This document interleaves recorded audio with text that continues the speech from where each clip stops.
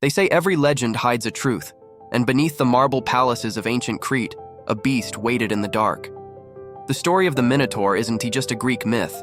It might be the memory of a real civilization, a labyrinth that actually existed, and a king whose hunger for power birthed a monster. This is a tale of divine curses, forbidden love, and a hero's journey into the heart of a maze from which no one had ever returned. But what if the Minotaur wasn't just a monster, but a warning? A warning about pride, power, and the darkness that can grow even in the most brilliant of kingdoms. To understand this tale, we have to travel back 4,000 years to the island of Crete, home of the mysterious Minoans, a people so advanced, the Greeks who came later thought they were gods. The Minoan civilization flourished, a beacon of art, trade, and engineering in the Bronze Age. They built sprawling palaces with hundreds of rooms, vibrant frescoes decorating the walls, and even sophisticated plumbing systems with running water. Imagine a world where bulls were sacred. Leaping over them was a celebrated sport, and palaces had no defensive walls, because no one dared to attack them. The Minoans were peaceful traders, their ships controlling the Aegean Sea, their culture influencing everyone they met. But something changed. Something dark began to fester beneath the surface of this paradise. Every myth begins with pride, and every empire falls because of it. At the heart of this story is King Minos, a ruler who claimed divine right. He wasn't just any king, he was said to be the son of Zeus himself, the king of the gods. To prove his legitimacy to rule Crete, he prayed to Poseidon, the mighty god of the sea, to send him a sign. Minos asked for a magnificent white bull to emerge from the waves, promising he would sacrifice it in Poseidon's honor. Poseidon, pleased with the prayer, granted his wish. A breathtakingly beautiful bull, as white as sea foam, walked out of the ocean. It was a clear sign of divine favor. But when Minos saw the creature, his heart was filled with greed, not piety. The bull was too perfect, too valuable to kill. So, he kept it for himself and sacrificed a lesser bull from his own herd instead, hoping the sea god wouldn't notice the switch. But the gods always notice.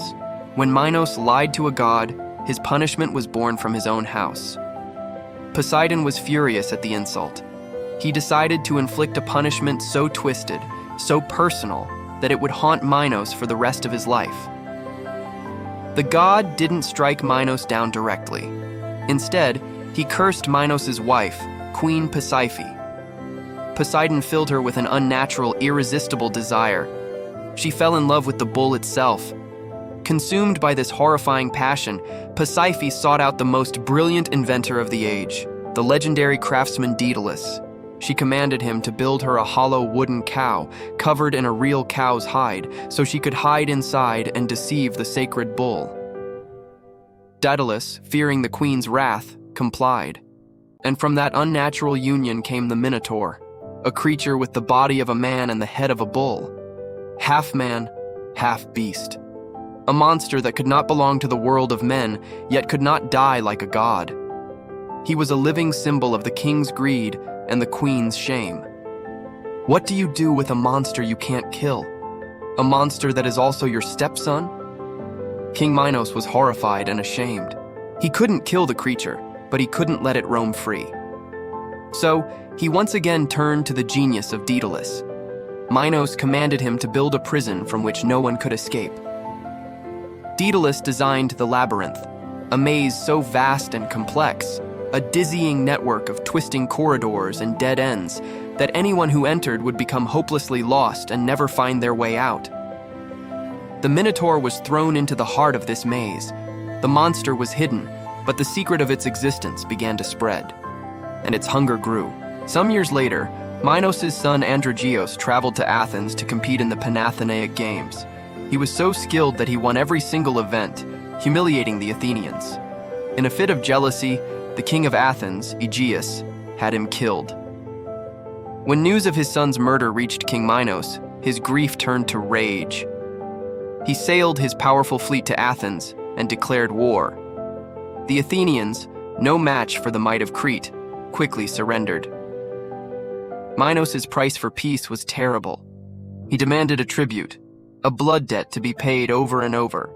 Every 9 years, Athens had to send 7 of its finest young men and 7 of its most beautiful young women to Crete. They were not to be slaves. They were to be sacrifices, sent unarmed into the labyrinth to be hunted and devoured by the Minotaur. Athens lived in terror. For years, the city mourned as its children were sent to their deaths. Until one man defied fate. He was the prince who would face a god's curse and end a king's tyranny. His name was Theseus, the son of Aegeus, the king of Athens. When the time came for the third tribute, Theseus, now a brave young man, saw the weeping families and volunteered to go as one of the 7 young men. He promised his grieving father that he would kill the Minotaur and end the horrific tribute once and for all. He told his father that if he succeeded, he would change the black sail of his ship to a white one on his return journey, so the king would see his victory from afar. Theseus sailed toward Crete knowing he might never return, but he carried the hopes of his entire city with him. But fate had another plan. When the Athenian tributes were paraded before King Minos, his daughter, Princess Ariadne, saw Theseus. She was immediately captivated by his courage and noble bearing and fell deeply in love with him. She couldn't bear the thought of him being killed by her monstrous half-brother. That night, she secretly went to Theseus. She offered to help him, but only if he promised to take her back to Athens and marry her. Theseus agreed. Ariadne then gave him 2 crucial things. The first was a sword, to fight the beast. The second was a weapon no sword could match, a simple ball of thread. She told him to tie one end of the thread to the entrance of the labyrinth and unravel it as he went deeper into the maze. If he could defeat the Minotaur, the thread would be his only guide back out of the darkness. With the thread in one hand and his sword in the other, Theseus entered the terrifying maze. He navigated the endless, confusing passages, the air growing colder, and the silence broken only by the distant, horrifying roars of the beast. Finally, he reached the center of the labyrinth and came face to face with the Minotaur. A ferocious battle ensued. The monster was powerful, a force of unnatural rage, but Theseus was quick and cunning. In a final, desperate struggle, he plunged his sword into the creature, ending the curse that had plagued Crete and terrified Athens for years. Following the path of Ariadne's thread, he found his way back out of the labyrinth, a hero. He gathered the other Athenians, and with Ariadne fled Crete in the middle of the night. But this is a Greek tragedy, and happy endings are rare. On the journey back, they stopped at the island of Knossos. Accounts differ on what happened next. Some say the god Dionysus appeared and claimed Ariadne for himself. Others say Theseus cruelly abandoned her while she slept. Either way, he sailed away without her. In his grief and haste, he forgot the promise he made to his father. He forgot to change the black sail to white. Back in Athens, King Aegeus stood on the cliffs day after day, scanning the horizon. When he saw the ship approaching with its black sail of mourning, he believed his son was dead. Overcome with grief, he threw himself from the cliffs into the sea below, which to this day is named the Aegean Sea in his honor. Theseus returned a hero, but his victory came at a devastating personal cost. The myth of the Minotaur has echoed through the ages, a powerful story of heroism and monsters. But archaeologists digging on Crete have found something remarkable: the ruins of a vast palace at Knossos. A sprawling complex with over 1,000 interlocking rooms, corridors, and courtyards, so confusing in its layout that it truly does resemble a labyrinth. They also found countless images of bulls, a central figure in Minoan art and religion. Could this palace be the real labyrinth?